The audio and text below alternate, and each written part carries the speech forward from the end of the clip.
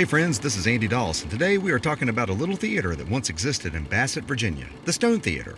I hope that you stick around as we take a look at this legend that once brought happiness to both children and adults.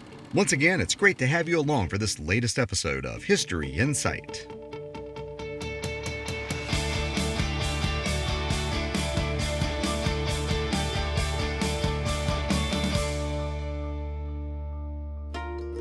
In Bassett, Virginia's heyday, the post-war economy and the resulting baby boom spawned many businesses. Very few of those businesses trigger the kind of stories and memories that the Stone Theater does. By the 1920s, several theaters had popped up in Bassett with varying degrees of success. This may seem odd considering the small size of the town, especially if you look at it today. But the 1920s were indeed roaring for the little village of Bassett. And with more spare change in the pockets of the labor class, local entrepreneurs soon realized that there was indeed a demand for quality cinematic entertainment. The Stone Theater was primarily financed by Reed Lewis Stone and his family.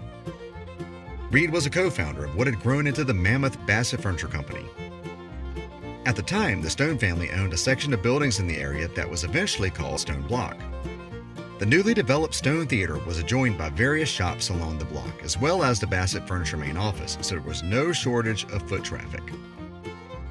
Plus, the bustling Bassett train station was right across the road.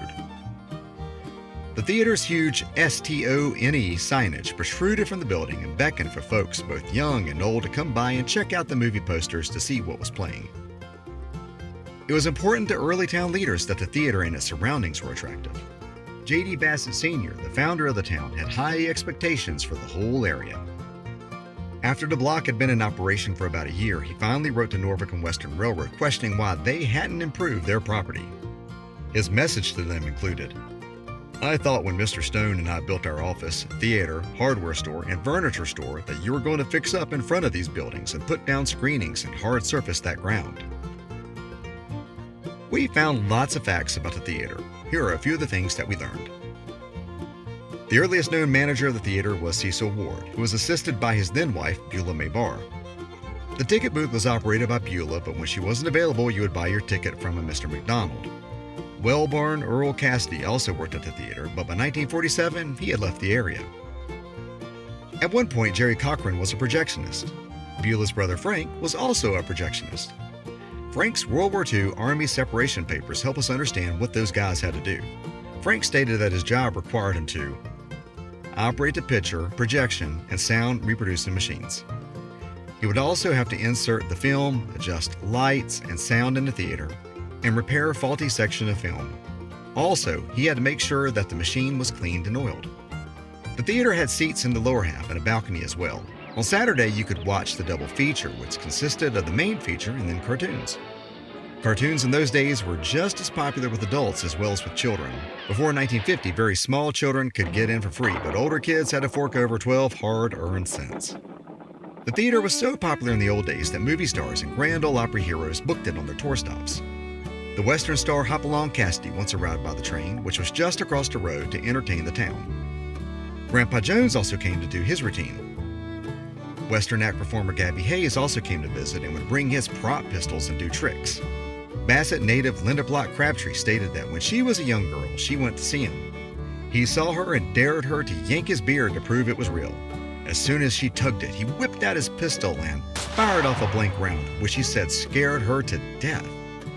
Another time, Lash LaRue visited and brought his whip. He selected Linda's sister Janice out of the group of spectators and asked her to hold a newspaper. As part of his show of talent, he started lashing the newspaper over and over with his whip, cutting off the end each time, drawing closer to her hand. Other famous stars that visited included Little Jimmy Dickens, Sunset Carson, and Bill Monroe.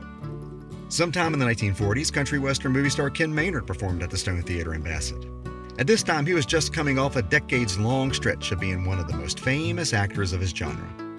Kids and adults alike in Bassett would have come out this day and be dazzled to see him show off his riding skill with his horse, Tarzan. And here we see J.D. Bassett, who was the driving force behind Bassett Furniture, with Silver, the Lone Ranger's horse.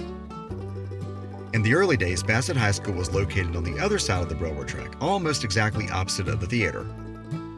Sometimes the school teachers would take their students over to see movies as a treat. The building was multifunctional and could be used for other needs when movies weren't showing. music events, birthdays, and war auctions were common uses for the building. At various times, different types of shops advertised as operating inside of the theater building. In the early decades of its existence, African Americans were not allowed to attend the theater.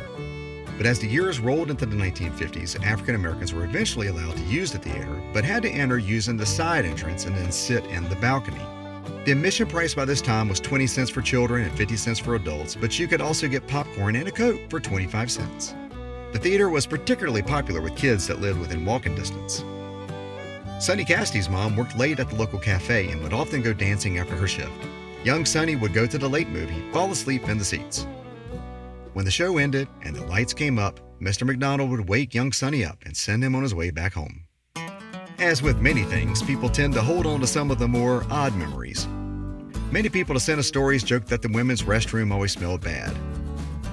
Sam Collins pointed out in his recollections that the smart thing to do was to always sit on the left side of the theater and in at least the 8th row down.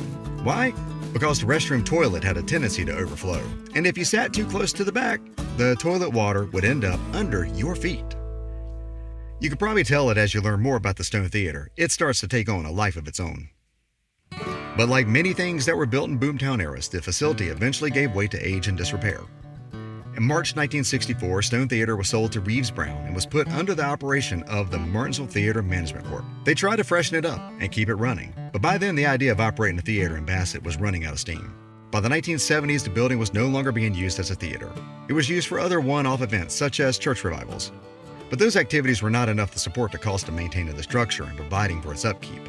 Before too long, the building was demolished.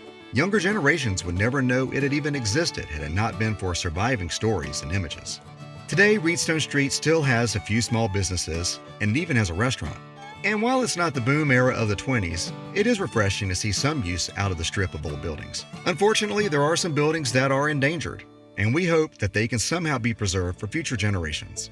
And as always, the History Insight team wishes to thank all of the contributors to help put this history together. If you like this video, we humbly ask that you give it a like and that you subscribe to the channel and click the bell to get notifications when we add more content.